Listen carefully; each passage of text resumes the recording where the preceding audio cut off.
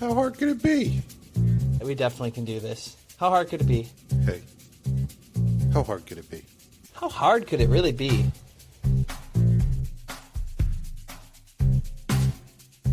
So how's it going, Josh? What's up? Oh, it's going. We're kicking off episode 4 here. We're rocking and rolling. It's hoodie season, and we've been slammed with fleece orders, but it's good. This is what you want. Busy is How are good. things on your end? They were. Yeah. What really you guys got bad. another drop coming out? Yeah. We're trying to rush out, or not rush out, but we're just trying to smoothly get through this little capsule that we want to release next week. We've got a photo shoot and video shoot on Friday that we need a couple samples done for. We had to do battle again with another fucking machine on last week with this hemmer, dude. This hemming machine almost killed me, man. It was the closest I've come to giving up. What kind of machine? A single needle chain stitch? Yeah, it's a vintage machine. It's an old Union Special. It's very good for hemming jeans. It's heavy duty, and it's 33,500.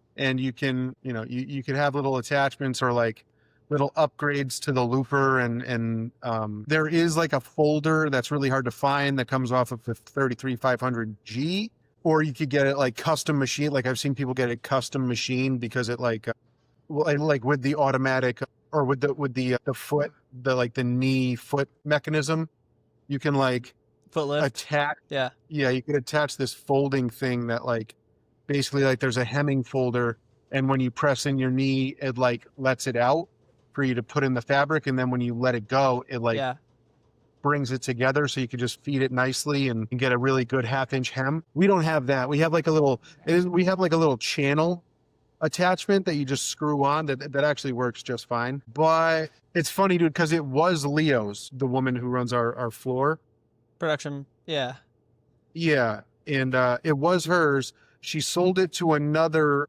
alterations and custom workshop, a family thing down the street 4 years ago, and it came back. Yeah, and it came back. She was hyped to get it back, but I don't know. I don't think they took very good care of it. The tensioners were aftermarket shit, cobbled together tensioners, and that ended up being the whole problem. We had to call the mechanic. He came one night when I wasn't here and thought he had it done, and then I came in the next morning and I just went straight to the machine because we were getting towards the end of when we said we would be able to get these jeans out. I just went straight to the machine, no coffee, no nothing. And I said, I'm not getting up from this spot until I have a perfectly hemmed pair of jeans, and then I can pass it off to the, to the actual operators. And I sat there for 4 hours and didn't get not one good hem. It just kept getting skips. That's the worst. Having to pull out the chain and start again. And I twist this and I twist that. At least it was a chain stitch and not something else. Yeah, right. If it was a lock stitch. For pulling it out, at least it was a chain stitch. Yeah. If we were just lost, that's the other thing is explaining to Leo, because she's well, we could just hem it normal. We could just lock stitch it. And I'm well, I realize that's actually an even stronger seam than a chain stitch, but these are specialty selvage denim jeans and they kind of need to be chain stitch hems. Some people don't. There are specialty places that don't because they know it's not as strong of a stitch. But we just wanted it. I wanted it so bad, and I bought the machine. I'm not just gonna take an L on that machine. So it took him coming back one more time. Yeah. Dude, I was sitting there one more time because I get I turn it to almost what I would assume, not that I know anything about it, but what I assume a meth addict does to a television. I couldn't stop myself from disassembling a vintage machine I have no right disassembling. And I'm sitting there and I've got all the tensioners out with different springs. I tried to take a spring from my espresso machine and jerry rig it in there because the spring we were using wasn't strong enough. Dude, it was a whole mess. I got it back together. I got it running okay. And then the mechanic came back. He tweaked this and pulled that. And there's the tensioner for how much the foot presses down on the top might have had something to do with it. He fixed that. And then we ran through 40 pairs of jeans in 2 hours. It almost killed me though. I almost threw that Isn't thing it out. isn't it crazy how much the springs make a massive difference? Like they're such just like a disproportionately small and cheap part of that machine, but it makes a huge difference if you get the wrong Yes. one or if it wears out. Dude, because I think they were worn out. Well, I'm 'Cause, glad like, you. I would, it was, if I tightened it 1/4 turn too tight, it would run like shit. And then if I loosened it like a hair too much, it would be too loose. So like, I think they were worn out and just like, it was miserable. Mm-hmm. These are the joys. Yeah, that's something are to the joys. keep around, extra springs. Yeah, Yeah, this is what we signed up I'm for. glad you got it figured out. That's no fun. It was really bad. It was You really don't bad. know what you don't know, though. I learned things. I'm sure. Is your mechanic good at teaching you stuff when he's fixing things, or does he kind of do it in his own vacuum and then you got to figure it out on your own anyway? When I ask him to show me how to do stuff, he does show me. But then occasion, like with that time, like he knew I took it apart, and he speaks some English and he speaks mostly Spanish. And he just came and like looked at what I did, and like Leo and me were just saying like I took apart the tensioners, and he was just like, he had his hands in his head, or his head in his hands, and he was just like, "Okay, like why are you doing that? Don't do that."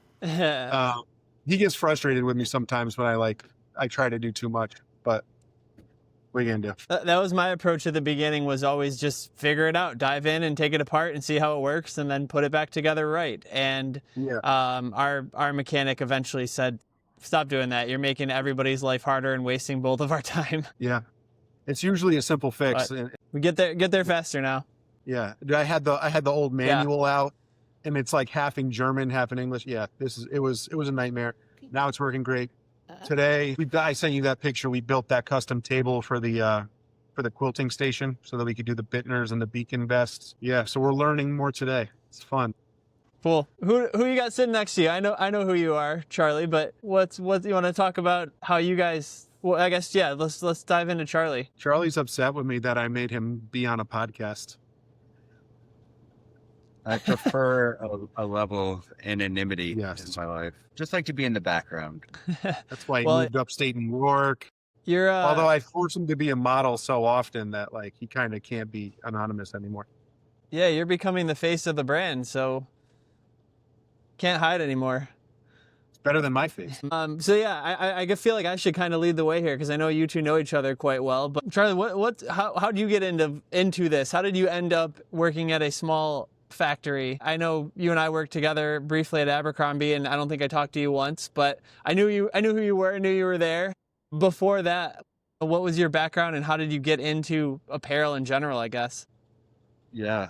So I guess for the past decade and a half, I've done the classic corporate product development, production, sourcing role. So I would say I technically did not know I was getting involved with a small factory, but I think that I got involved with the clothing industry just because.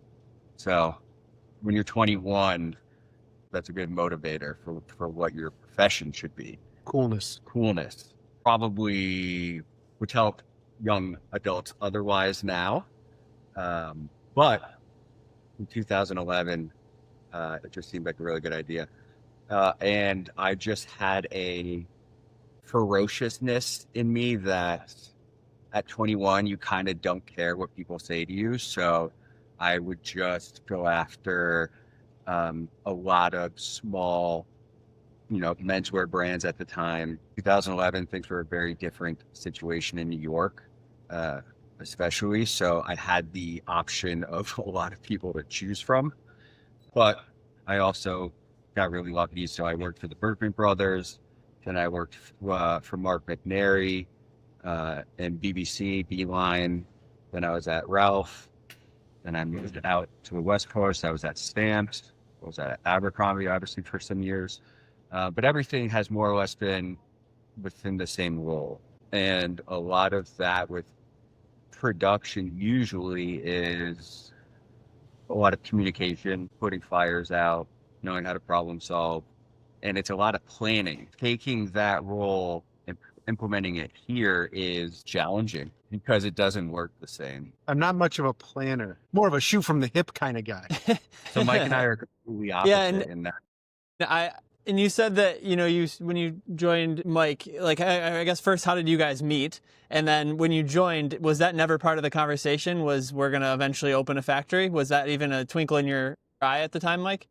I think maybe just after Charlie came on, I had bought a couple machines, thinking that like maybe when we had some free time, we could like sew together some limited edition stuff, like, because we did want to make stuff in America. We started that Blue Horse collection pretty soon after Charlie came on, or I had even done some already with Leo. I think we met through Instagram, Through the internet. Right? through the internets.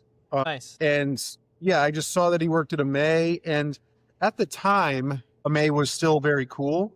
It's not my favorite thing in the world now, but at the time, it was like very like if you know kind of stuff. Nobody outside of the community like even knew how to pronounce it. It was like that was kind of the appeal. And I saw that he worked for Amay, and I was like, we went and got coffee. He's a big coffee guy. I'm a big coffee guy. We went and got coffee because I was just trying to pick his brain, like I'm like jealous of the actual like real world education that Charlie has gotten in his life from working at all these like corporate fashion jobs. Like he'll bring up spreadsheets that are like planning calendars or spreadsheets that are like grading rules, or like, I think he even like really, really early on, like sent me some, some templates for tech packs and stuff like that were very detailed, like just stuff I'd never seen before. I was just trying to learn from him. He's also from Connecticut. He was actually born in Bridgeport. That's correct. And also like bought weed from a friend of mine And sold. and sold weed for him. And I believe I sold some weed for him in high school as well. So yeah, a couple different connections there. And So you guys have been business associates for a while. Yeah, dude, we really have. We've been making. We didn't know it, but we have been. And now we are both very sober individuals. That's correct. And we just get lit up on caffeine instead. Yeah. But it like, I think I talked to Caffeine you and one fixing time. machines. What a time. All right. I should not be near these machines as much as I am. Chucky's not allowed to touch the machines. That is something when he has to do like watchmaking style, like small things, his brain, you could see the steam coming out of his ears immediately. He's not built for it. I'm not. I'm a very black and white person, and that's just a no for me. No, can't do it. I'll take care of that. He's the planner. He takes care of all the logistics. Like I design something and then he goes to the mill and gets the fabric, tries to plan as much as possible. I throw a lot of wrenches in that just because like I'm essentially designing all the way up until these collections are released, which is not a good policy. But yeah, so he has to be like pretty light on his feet. And we've been working together long enough to where I know his tones and like I can kind of gauge whether or not I'm asking too much based on his tone. Sometimes he'll just be like, all right. And he'll just be like, okay, we could still do that. And then sometimes it's like 2 weeks from the collection drop and I want something else. And he's like, he keeps me in line when he can, for sure. I've learned a lot from Chuck. And how has your skill set had to change, Charlie, since like, because I know working in corporate world, you're managing production, but you're just like sending an email to someone who's on the ground actually managing it.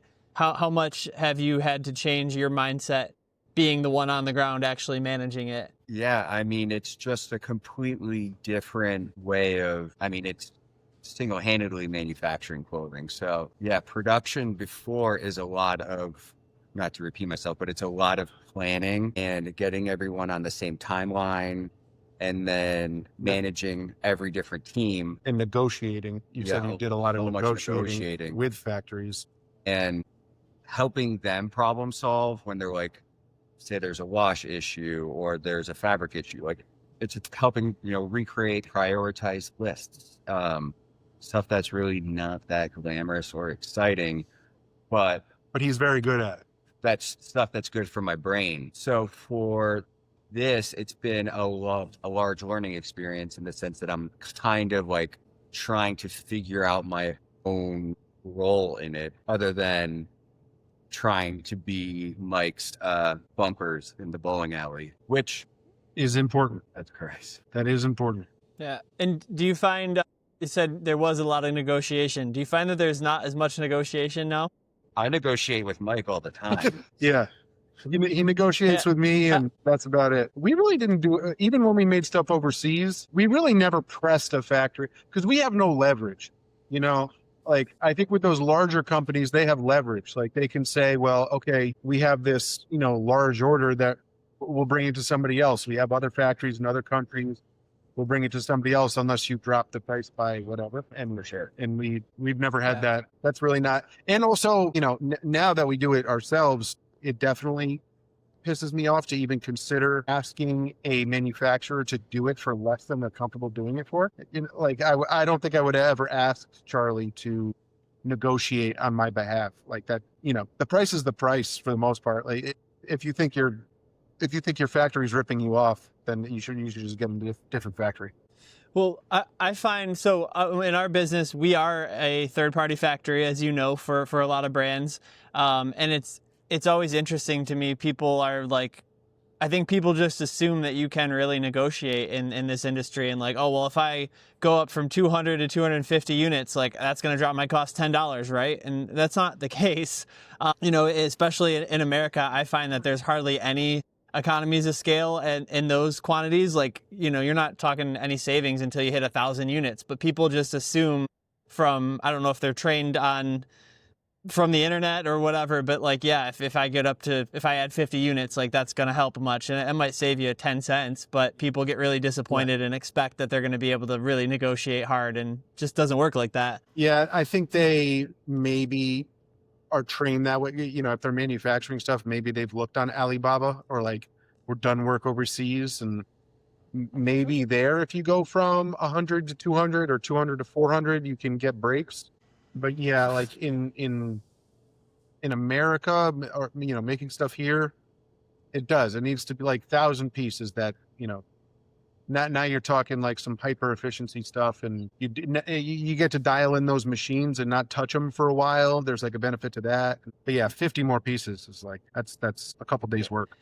I think that's good just for people to hear that that's like, that is kind of the standard here, you know. And there's also just not that many options, you know. If you want to go get a new trim supplier, like great, you have one other one to pick from, and their cost is what their cost is, and there's not really the option to go counter source it 10 times and really push on costing. I saw I forget what his name was. He's on Instagram somewhere, and he deals more in like made to measure suits and things of that nature, like high end suiting.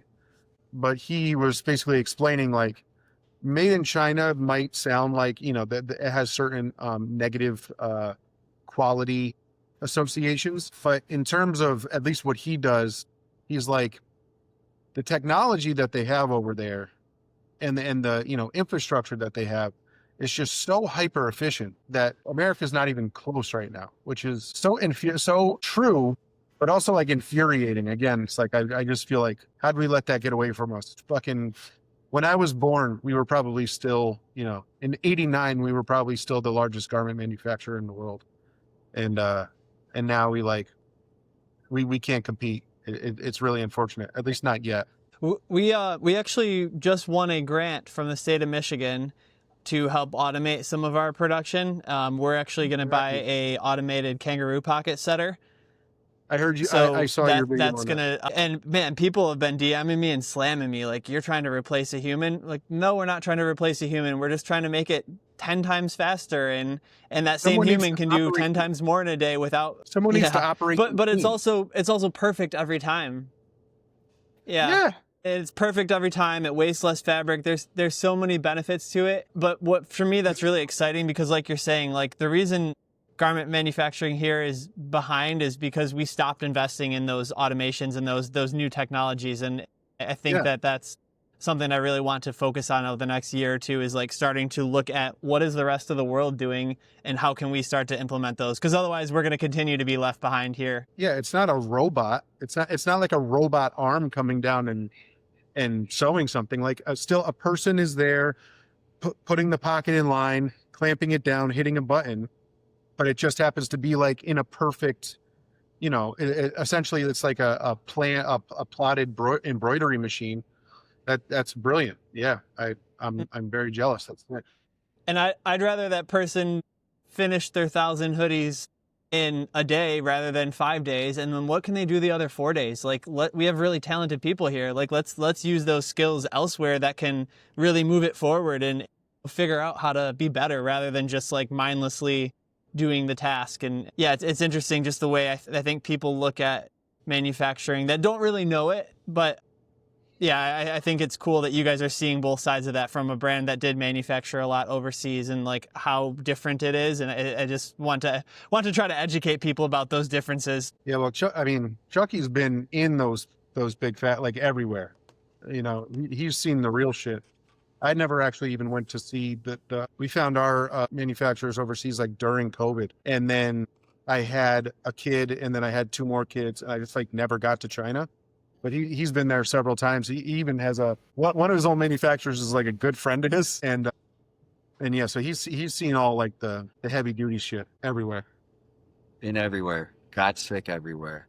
Yeah. And how do you? I don't know how exactly you guys break down the roles on the team now, but are you able to pull in some of those experiences and help with optimizing, or is that not really your touch points on the Man Reza team? I think we're probably still trying to figure out our day to day. We'll be optimizing soon, but right now it's just get it done and figure it out. And I mean, I feel like some of those things develop over time as you start to see your systems fall into place. Because we've had a little slowdown. That's just because Leo is very busy. But I think that the end of this year, going into next year, it will allow us to actually have a little bit more of a systemic approach to how we're doing this, which will then cater to a little bit more of what I'm accustomed to doing. And because we had a meeting with all of the sewers in July, and I had a full chart for them, and it was informative to say the least. I think it was a little jarring for them. So it's something that we'll be working towards, but definitely trying to put in place. It's a blend of both worlds, and it exists. It's just a matter of like, how does everyone fit within it? Yeah, it's like currently right now, Leo is getting through her last batch. I don't know if we've mentioned this before. She is like one of the best custom figure skating uniform sewers, like in the country. She sends uniforms to the Olympics. Like very, very like high, like almost couture, high fashion type shit. And it's very difficult. It's very time consuming. And this is the busy season for her.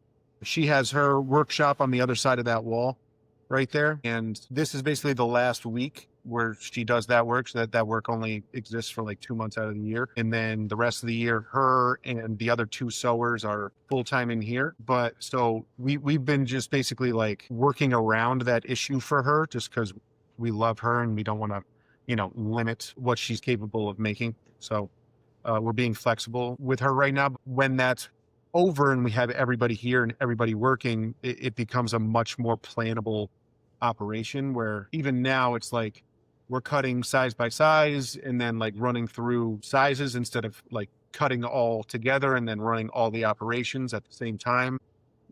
At the same time, like Henry is coming off a machine and running a sample, or Leo is leaving her machine in there and coming in here and helping cut. So it's like we're playing musical chairs right now, which is really inefficient. And it has, definitely been stressful, but we're at the end of it. This is like the last week where we have to deal with that. And then next week, it's like all hands on deck for the rest of the year. And we have lots of really great stuff. But like at the same time, like it's kind of forced us to get our hands dirty a little bit, which I liked, where like for the end of the jeans, Charlie was banging the rivets and the shanks and I was hitting all the bar tacks and the buttonholes, while everybody else was doing their operation. So, I'm sure Charlie never thought he'd be like actually riveting and putting the shanks on selvage denim himself. Like, yeah, we like that shit. We like getting our hands dirty for sure. I like doing one operation. I'm for with one- you. It's not. That suits me well. Yeah. It's good for the bean, good for the brain Good for the bean. to just sit there and fucking hammer rivets all day. Do you get? I mean, are you the type of person that's looking at it and like, are you competitive with yourself? Are you trying to be better and be faster and figure out how to optimize it? I would assume that's how your brain works.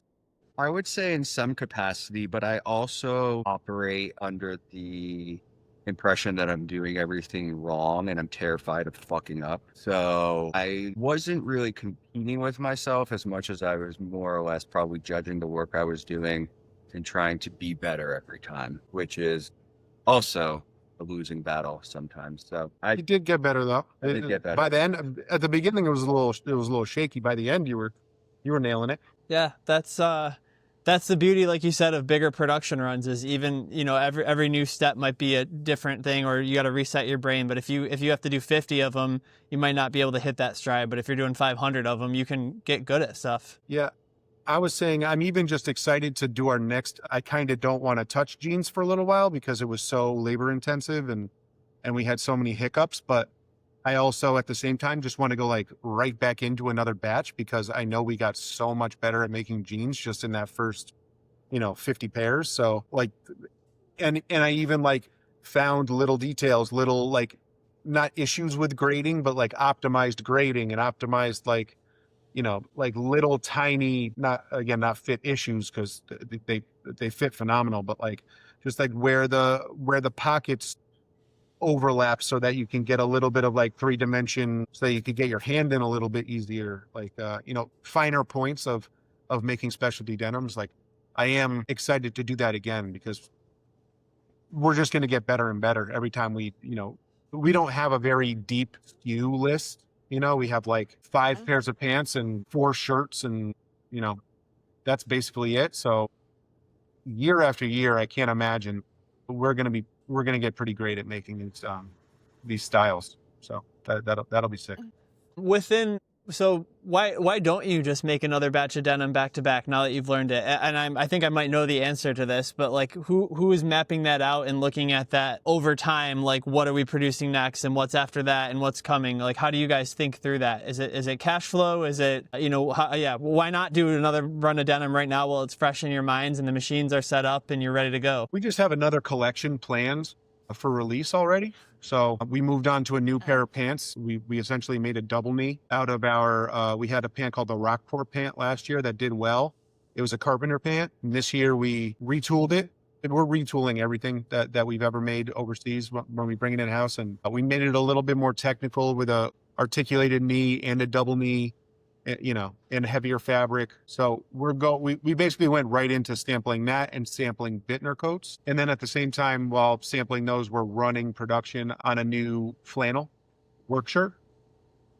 If we had another 2 or 3 sewers, I would probably get right back into sewing jeans because I feel like that's like a staple item that we always want to stock. But yeah, we need to get our feet underneath us a little bit more before we start hiring more hands. So basically just there's not another jean in the next collection, because that was what I was going to ask. If you were going to do, say you do shirts, jackets, jeans, and then shirts, jackets, jeans, why not just do shirts, jackets, jeans, shirt, go the other way so that the things are butt up together. But it sounds like that's just not in the plans for now. Yeah, it's almost like we want to offer some variety to the customer. There's some level of like burnout when we market a jean for a month and then release it. If we were to then start marketing another jean right after that, I think people would get sick of hearing about us and our jeans. So like to move on to a new style kind of keeps things fresh. And like that's kind of why we do this and why we keep things so small and nimble, is that so like we can kind of just like go on to the next thing and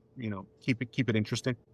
I'm sure, but like Chuck would love to sell 5 items, Like if we could just sell t-shirts, jeans, fucking knit sweater, and just basics, and just run them constantly, that would make Chuck's mind very calm. Yeah, production efficiency would be peaking. And I guess what's stopping you guys from doing that? Because working at the other places you've worked, like how many big brands are putting out hundreds and hundreds of SKUs a year, and they're really only moving volume on 50 out of 400. And even within that 50, they could really be focusing. Like, why not go hard the other way and explore that business model? Yeah, I mean, I think we probably unintentionally arrived at that model. It is something that our rollout right now is. I mean, I guess you can say we're turning things over quickly, but it also is setting us up so that we now have all of our blocks locked and loaded, and everything's kind of put into place where we have the flexibility to say we have excess canvas and 10 ounces. Let's just decide we want to run, X shirt or Y pant. I do think that in what we're doing now, it's going to give us the sales data to show us at least what is working. And then that's going to help us going into next year for the first, 6-8 months of the year, help us decide what SKUs we're going to focus on, what styles we're going to invest more heavily on. I mean, we also don't need to make 50 pieces per style. We can make 50 of a black, and then we can make 10 of a yellow, and we have that flexibility, which is awesome because, we get to decide how much inventory we want to sit on. We don't have to hit an arbitrary goal for someone else. But I also think in comparison to, I don't know, when I worked at MA, we have, go over at their website, but it's like thousands of SKUs. And obviously that does not allow for efficiency from a design development or production standpoint. But I think that the way we're operating here now is you're basically putting all your building blocks in place and you're giving yourself the flexibility to access those at any point in the coming future. Instead of having to go through a round of development or sampling, everything's ready to go. And yeah, maybe we'll get to be an American heritage brand where people just want the basics. I think that should exist and will exist. But then, we want to keep it interesting, and we want to develop fabrics and source really cool fabrics, and that allows us to have that flexibility. We were like on our way, like when we were making things overseas, and things were very smooth. Obviously, like we had several factories with high efficiency that could get through production on different items pretty quickly.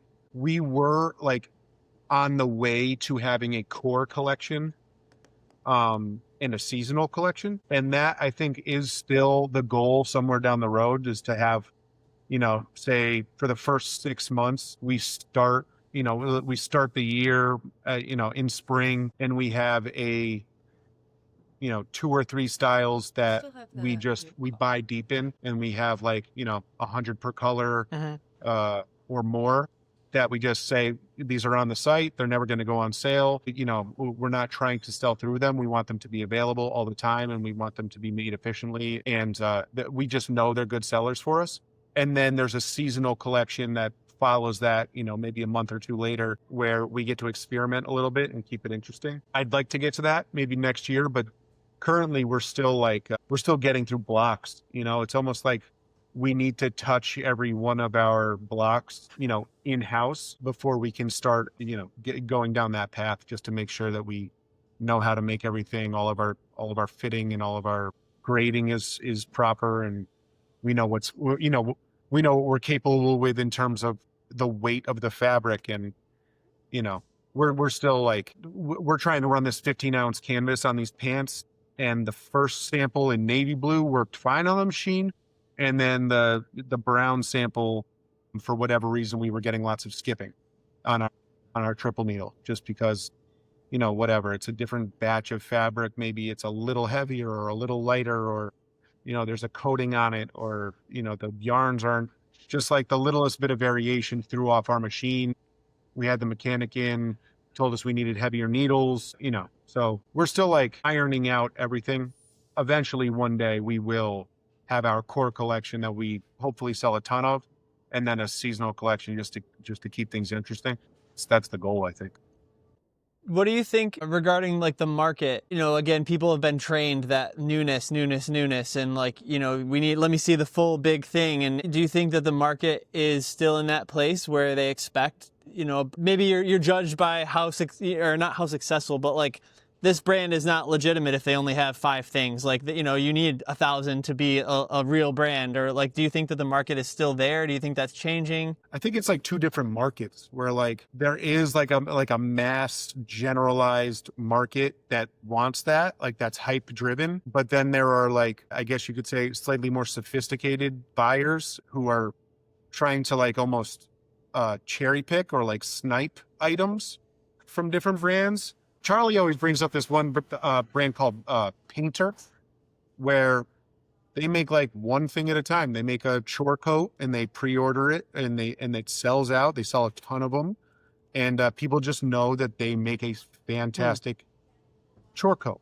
And like that's a very real model. I'm sure that business is doing very well. They sell out like absolutely every time. And I like our current system because obviously I'm jealous of a designer who gets to, have these large collections and, have this big offering. But at the same time, I like our current philosophy of essentially dropping a really great outfit once a month, once every 6 weeks. So that's our model right now.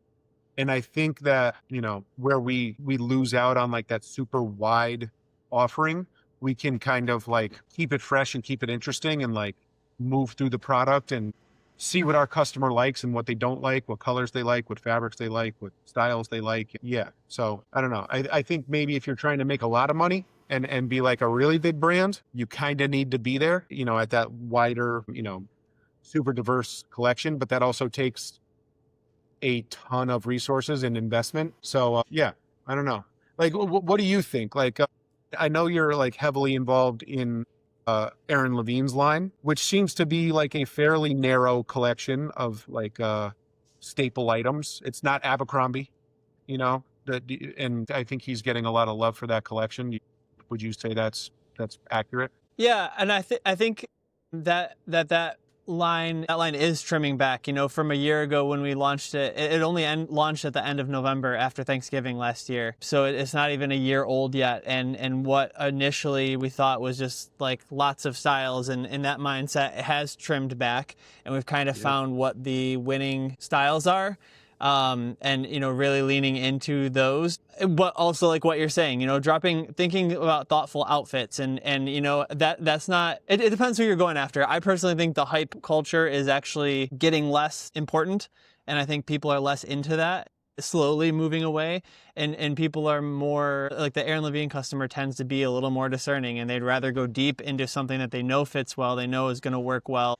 And I think that's like the model of the future. I think that this industry is changing to be more, people care more about where it's made in the story, and would rather, especially guys tend to pick a favorite. You get a pair of underwear that works, and you'll have buy the same pair for 50 years. So I think just like thinking about those things in different areas and different categories, and not to say that people can't branch out, but yeah, I really think that the industry is shifting slightly to be a little more intentional. And I think that's why I asked that, your thoughts on like, why not just be the basics brand and sell the same thing and get really good at it and just try to become known for that, which you guys are kind of doing. Yeah. What do you think? You've worked at the big guys and the small guys. Yeah, I mean, I would say that I'm a firm believer that less is more, no matter what. I think that the like illusion of choice is like a paralysis when you go on some of these websites. I think that you're unintentionally probably cannibalizing half your collection because you're getting like a consumer fatigue if you have to go to a 4th or 5th or 6th phase. I just think that it also at some point is going to have an impact on quality, because maybe you have an array of factories, but it's just not everything is going to be produced the same. And that's when you're just getting into a position of making something for the sake of making it, as opposed to making it because you either want it or know that you need it in your collection. But yeah, I mean, I think that we can kind of see the brand moving into like staple items instead of calling it basics, right? It's kind of more of just these are items that are pretty consistent and can be worn at any point for anyone. Like I mean, there are enough basics brands out there probably doing like a t-shirt, a jean, a sweatshirt, and an Oxford or something, right? So it's not necessarily trying to be basic. It's just trying to be consistent. And I think consistency is something that comes when you're leaning on less being more. And it allows you to be able to make changes as you see fit, whether that's with fabric, design details, construction, but you're always able to improve as opposed to kind of, looking at a paint can against the wall that's been thrown about and you can't really focus on everything. So Yeah, I was even like part of the reason we went to this new model, like of this like smaller collections more often, is like we put out even with our first collection that we did in house for our pop up like at the end of the summer. Um, think like it's hard to highlight everything when you make 12, even when you make 12 SKUs, it's hard to highlight everything. Like, we had some items in there that just like aren't as flashy, aren't as colorful, but they're fantastic. And like we couldn't really tell all of the stories all at one time for all of these items. So like trimming back allows you to really tell the story of each and every item and why it's great. And then obviously like for us going from being like more of a price point brand to now a quality brand, we're essentially like some of our customers on that bottom end fell off. It's just like they're not really interested in spending a lot of money on a high quality garment they're going to have for the rest of their life. Like they just want to buy when they want to buy, like they want newness. They want like a constantly revolving closet door. But we are slowly finding that customer that understands like the buy once, cry once mentality for clothing where, yeah, these jeans are $350, but you're going to own them for 10 years, like bare minimum. Like if you take care of them, you can own them for however long you want to own them. So like you could buy a $350 pair of jeans that last 10 years, or you could buy a pair of crappy Levi's that won't last 6 months. So, but those are $60. So, I mean, if you do the math, that's $120 a year. Over 10 years, you spend $350 with us. You spent, I can't even do the math, over $10,000 with them, or 1,000. Sorry, 1,000. I think you should do more math on your storytelling and just show people the numbers. I think that's a good look for you. Yeah, I added a 0 there. I'm pretty sure, but yeah, but you know what I mean. In the long run, you are actually spending more when you buy crappy clothes. Yeah, so. We're finding that new customer. Have you guys heard yeah, go ahead. Have you guys heard sorry, there's a little bit of a lag and I know I don't mean to cut you off. The saying, when everything's important, nothing's important.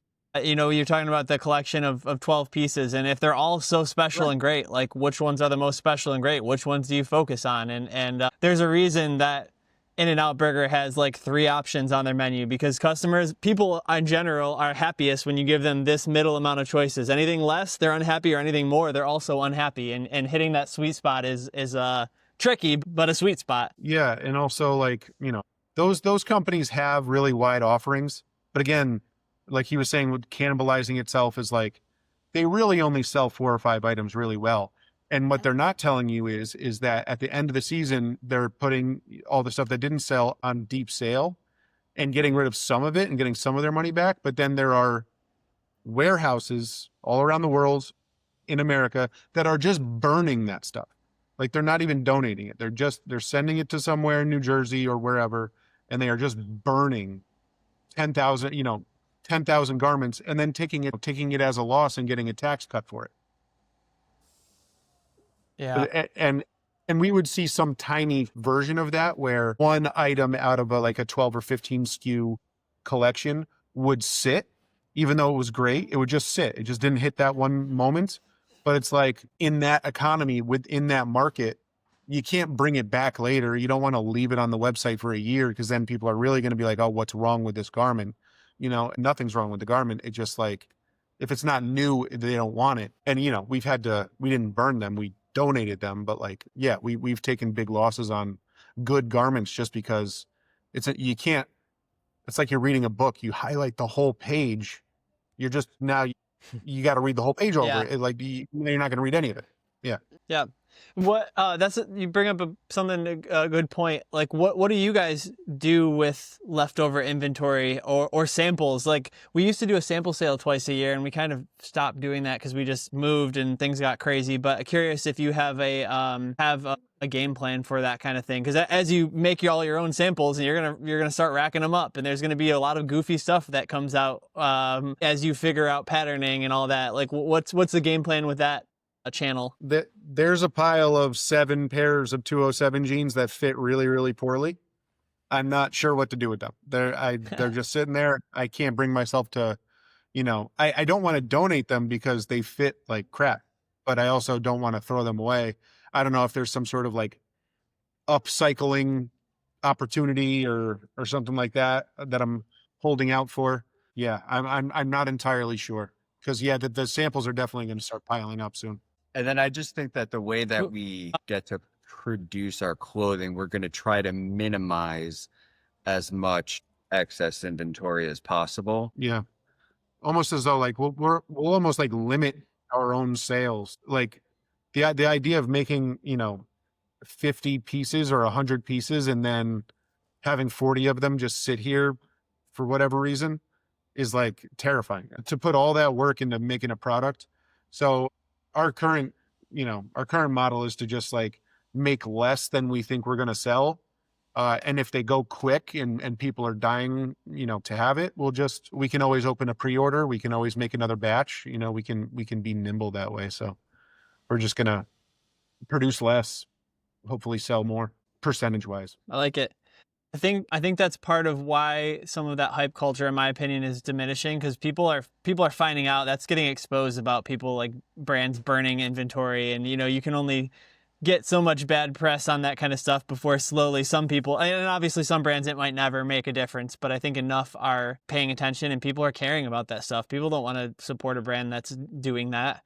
And I think that's just making people open their eyes and look for what else is out there that's being done better. Yeah, that same guy who was explaining that, or I don't know if it was the same guy who was explaining about the high technology and the high efficiency of like Chinese production, and how we're just like decades behind them and decades behind Japan and these other countries that leaned into production. I think it was the same guy who like explained how a super large company, say like Shein or H&M or whatever, operates, whereas like they will go and they'll strong arm a small farm in some poor part of the world to get the cheapest cotton in the world, and then they'll get a factory and they'll say, hey, like we need 100,000 of these shirts and we need them to be made for 50 cents a piece, and if you can't do it, we're not giving you, like, and they'll strong arm them into making it so that they're basically getting like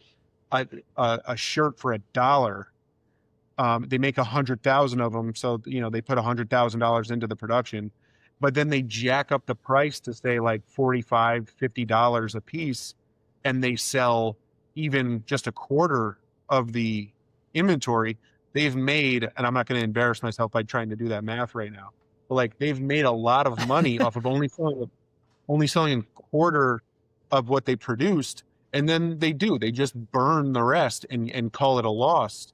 And then they get back money, in taxes so they're being incentivized to destroy and exploit, like poor, laborers around the world. It's pretty nasty shit. You know somebody that has like knows this firsthand. I you hear about that stuff, but I've never actually met somebody that has seen that happening. Yeah, I think this guy, he was definitely worked in fashion, so he seemed pretty knowledgeable. I'm sure he'd seen something, but it gets pretty dark at those really price point brands. It wouldn't surprise me. I got one more question that I wanted to ask you guys.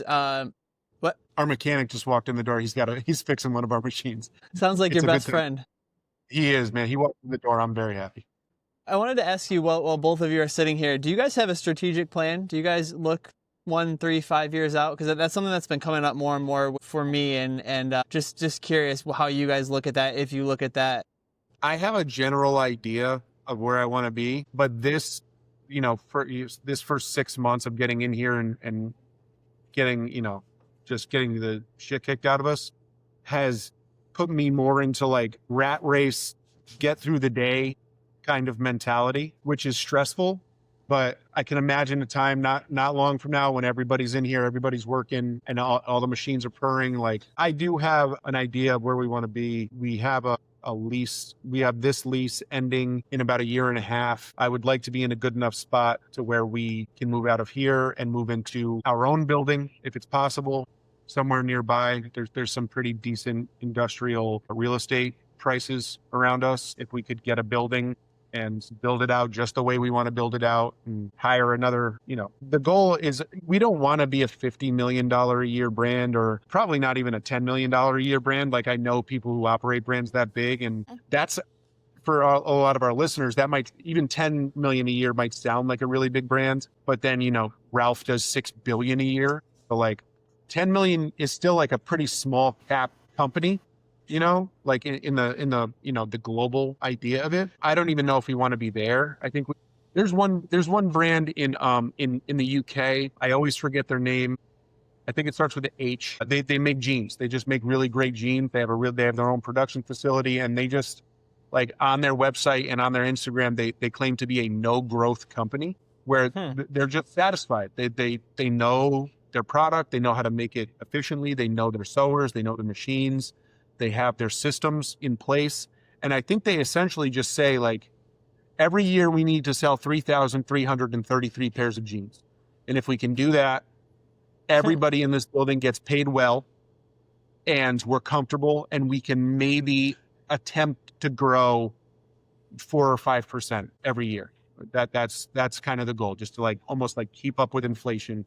That's our goal. And I like really admire that. So, even 5-10 years down the road, I think we're more that style of brand than, be however big LL Bean is, or I know Chuck. I don't think Chuck has any ambitions of trying to, take over the world or anything. We just want to be able to pay the mortgage. Yeah, I mean, I own a business with my wife upstate, and the goal is just consistency. How can we consistently make enough money to pay our bills and not be strapped? I mean, I think that having worked at a lot of brands where focus was to be down 5 on the margin and then to grow X%, I don't know. I just don't think that that suits who we are as individuals. I mean, I think that could honestly get into a whole conversation about our humans, but I think that there's something fulfilling in setting a goal for yourself that is humble and something to work towards, and then not being in a position to feel like you have to go and get more. I think that the way you get more out of something is just always refining and making something better and challenging yourself. It doesn't have to be about financial and monetary growth or product growth, right? I think that we can all probably achieve something, and like, to bring it back to what we're doing right now, yeah, I think we have goals for the next fucking 10 days. So it is micro and macro, but yeah, it's just like, how do we have a fulfilling business and a fulfilling life without being that shit? I would like to, my goals are to keep the lights on, and then eventually to be able to make pants good enough to where some of my other homies who own brands or are creative director of brands want to wear those pants. Like, if I can get Antonio Chungali from 18 East to want to wear a pair of my pants or a shirt or a jacket, with the high standards that come from, working at such a high level like he does, that's like more a goal of mine than to hit, a particular growth number for next year or whatever. It's like, I just want to make something that people who know what they're looking at are impressed by and like really want to wear. Yeah, I like it. That's the first way to do it, or way to get there, is put it out in the world. And who knows? Maybe he's listening. Maybe. He's a busy man. Probably not. This has come up a lot in my world because we have an interested party that's reached out to invest, and I'd love to share more with you that about that with you offline and ask your opinions. But basically, it's just really made me think a lot about what I want from the business and what's important. You know, some people say like, absolutely take the money. It's the best ROI you're gonna get, and other people say like that. You know, that maybe that's not what you want, or like, what do you personally want? And I don't, for me, I'm with you. I'm not about particularly the ROI. I love doing this, and I want to be able to do it sustainably as long as I want to do it. And how do we make that happen? That's the priority. And like, what does a plan look like to get to where that's real? So yeah, it's just been on my mind a lot lately. And was curious how you guys think about that. Yeah, you know, I have friends of mine who are like hyper successful individuals who said fuck it, like somewhere around where you are, where like people come in and they're like, they see what you're doing, and there's money to be made and there's expansions to be made, and they like start, you know, writing you checks. And I have a couple buddies where they said yes to that, to very, very large, you know, successful ends, you know, and that is one way to do it. Like that is one way to do it. Like, I'm not even necessarily opposed to that, but it is scary. Like I've gotten a couple messages or emails or whatever of people who are like, hey, I invest in this space. I love what you're doing. Would you like to sit down for a meeting? And I'm like, oh, always willing to sit down for a meeting. But in the back of my mind, I have that stupid, like, artist fucking mind where I'm like, somebody's trying to exploit me, somebody's trying to take advantage of me. Is that selling out? Yeah, it's really tough. It's really tough to balance. I'm sure there's a partner who could come along with a checkbook to turn us into the next LL Bean that I would say yes to, but I don't know. Does that person exist in reality? I have no idea. Yeah, it's hard to think through. There's pros and cons both ways, and just it's made me think really long and hard about what I want, and if I want my kids to potentially take over the business one day, or like, I don't know. There's just a lot of different ways it could go, and it's good conversation nonetheless. Yeah, I think I do default to the idea that, you know, 100% of a $3 million brand is better than, you know, 10% of a $10 million brand. You know, like, I do like control. I guess that's why we did this whole thing. So I guess I do. Yeah. Default to, yeah. The title of this episode is going to be Mike Does Math. He does it good. I'm usually not that bad at math. I'm just a little sleep deprived today. Good catching up with both of you guys. Charlie, good to chat with you. It's been a minute, and yeah, I'll talk to you soon.